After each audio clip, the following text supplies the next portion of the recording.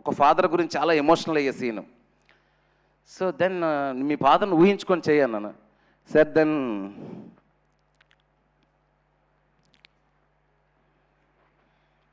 She said I have no father.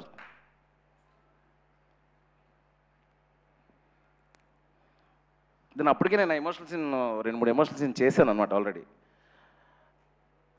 Then అంటే నేను అప్పుడు ఎక్కువగా ఎమోషనల్ అయితే తనకు గుర్తొచ్చి తను చాలా ఎమోషనల్ అయిపోద్దని నేను క్యాజువల్గా చేసి okay no problem, just imagine the situation నువ్వు ఎంత పుల్ చేయగలుగుతావు చేయి అని చెప్పాను. సో అసలు సెట్లో అండి లాస్ట్ సీన్స్ అవన్నీ తను ఏడుస్తున్నప్పుడు ఫాదర్ గురించి ఇది చదువుతున్నప్పుడు తన చుట్టూ ఒక లాస్ట్ రీల్ మీకు తెలుసు కదా, లాస్ట్ 20 minutesలో ఏం జరుగుతుందో ఆ సీన్లన్నీ ఇలాంటి అమ్మాయి చేసిందండి డైరెక్టర్ కోసం.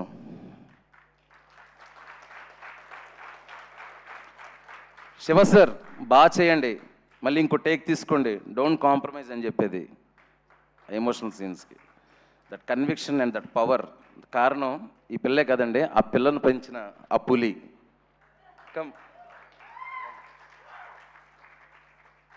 అసలు 4 సినిమాల్లో క్యారెక్టర్లు చేస్తుందండి. ఉదయాన్నే వచ్చి డైరెక్టర్ గారికి అప్పచెప్పేసి ఈవిడ, sir my daughter is yours, మీరు ఎలా మీకు సీన్ బాగా వచ్చే వరకు చేసుకోండి అని. కనీసం సెట్లోకి వచ్చి మా పాపను ఎలా చూసుకుంటున్నారు అస్సలు డిస్టర్బ్ చేయలేదండి. ఎప్పుడు కూడా నేను అడిగాను మీ మమ్మీ ఎక్కడుంది అని.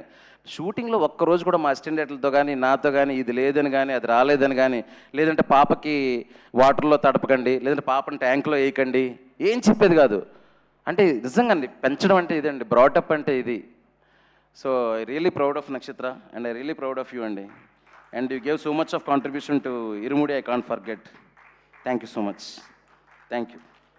అండ్ వీళ్ళ అంకుల్ అండి, ఆయన కూడా అక్కడ కూడా ఉండి, అంటే నేనేమంటే ఒక చిన్నపిల్ల సెట్లో చేస్తుందంటే అమ్మాయి కంఫర్ట్ కోసం 100 అడుగుతారు, వాళ్ళు ఏమి అడిగేది కాదు. ఈ చిచ్చరపీడికి కూడా ఏమీ అడిగేది కాదు. డైరెక్టర్ గారు మీ ఇష్టం, ఎన్ని షాట్లు కావాలి తన షాట్లు, ఎన్ని టేకులు కావాల్సిన టేకులు నేను ఇస్తాను, మీరు చేసుకోండి అనేది. Such a wonderful artist. Thank you Nakshatra, thank you so much. Go can leave.